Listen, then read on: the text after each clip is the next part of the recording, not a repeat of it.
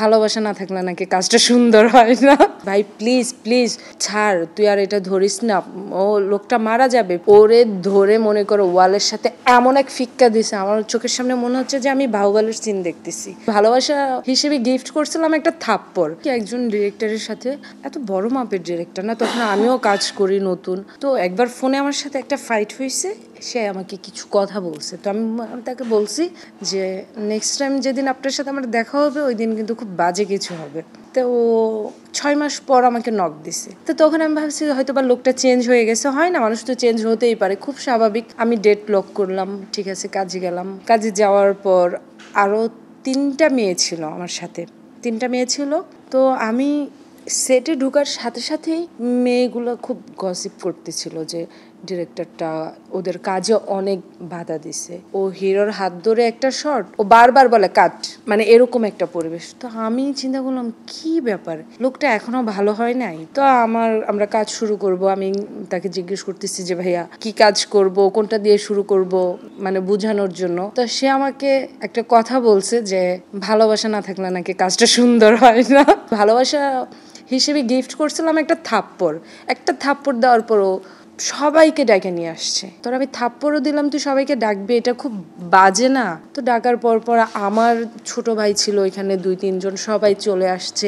ওরে ধরে মনে করো ওয়ালের সাথে এমন এক ফিক্কা দিছে, আমার চোখের সামনে মনে হচ্ছে যে আমি বাহুবলীর সিন দেখতেছি।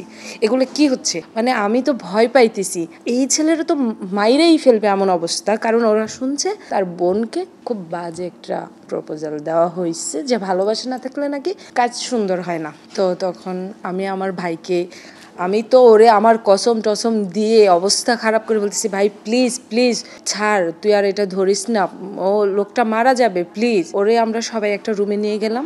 5 মিনিট পরে শুনে আমাদের ডিরেক্টর পালাইছে। ওইখানে তার আর্টিস্ট, ডিওপি, মানে সব প্রোডাকশন হাউস, তার ইউনিটের পুরো ইউনিট ওইখানে সব কিছু রেখেও পালাইছে। তো আমি শুধু বসে বসে ভাবলাম রাত 2:30 বাজে সে পূর্বাচল থেকে কিভাবে পালাইছে, কিভাবে সম্ভব হইতে পারে।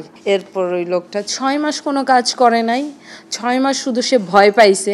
আমার কাছে একটা ভিডিও রেকর্ডও ছিল, আমি ওরে দিয়ে মাফও চাওয়াইছি, কারণ হয় না, আমরা তো সবাই অ্যাডাল্ট, তুমি আমাকে কিছু বলবা, বুঝে শুনে তো বলবা, তুমি কোথায় কি বলছো, তাই না? তুমি বলতেই পারো, তুমি বলার মানে ভঙ্গিটা এরকম থাকতে পারে না। আর তুমি ওই মাপের কোনো ডিরেক্টর হও নাই, তুমি বলতে পারো না যে ভালোবাসা না থাকলে কাজ হবে না। তো 6 মাস সে কোনো কাজ করতে পারে নাই, 6 মাস তাকে কেউ কোনো কাজ দেয় নাই। আমি 2-1 জনকে ভিডিও দেখাইছি, তো ওই ভয়ে ও বিয়ে টিয়ে করে এখন নতুন করে আবার মিডিয়াতে কাজ শুরু করছে, তার জন্য আমার শুভকামনা রইল।